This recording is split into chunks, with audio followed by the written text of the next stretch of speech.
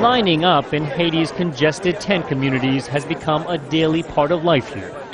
Where most queues are to collect the basics of food and water, this one offers hope of a way out. The aid community says it's come up with a solution to get us out of these camps, and we're eager to hear it.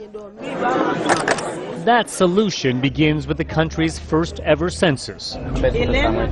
Volunteers take down names, ages, and most importantly, former addresses. What we're trying to do is start a process to enable people to go home if they want to. Home for so many is today unrecognizable. The goal is to clear the rubble and bring neighborhoods back to life, a section at a time. But where to house those who return? There's not just one answer. Various aid agencies are moving forward with their own projects. This one should be a little bit bigger. Eric Noramark teaches Haitians how to build wooden structures. They're meant to provide temporary but adequate protection from the oncoming rains. Still, Noramark admits he and his trainees can only build so many. The idea for our organization is to construct 500.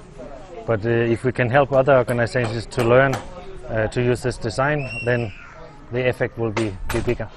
With more than 1 million people still homeless, those in charge say realistically, not enough shelters will be put up in time. I mean, we're not getting much sleep. We're working really hard. We don't know if we're going to be able to achieve our objectives. For now, agencies continue to hand out thousands of tarps, saying it's all they can do in the short term. One of the largest concerns cited by critics is that what is being offered as a short-term fix could soon turn into a long-term solution. Take, for example, the village of Mapu. A hurricane in 2004 wiped out virtually every home in Mapu. Aid groups at the time promised families more permanent housing, and a few were built. But for most in the village, the job was left unfinished.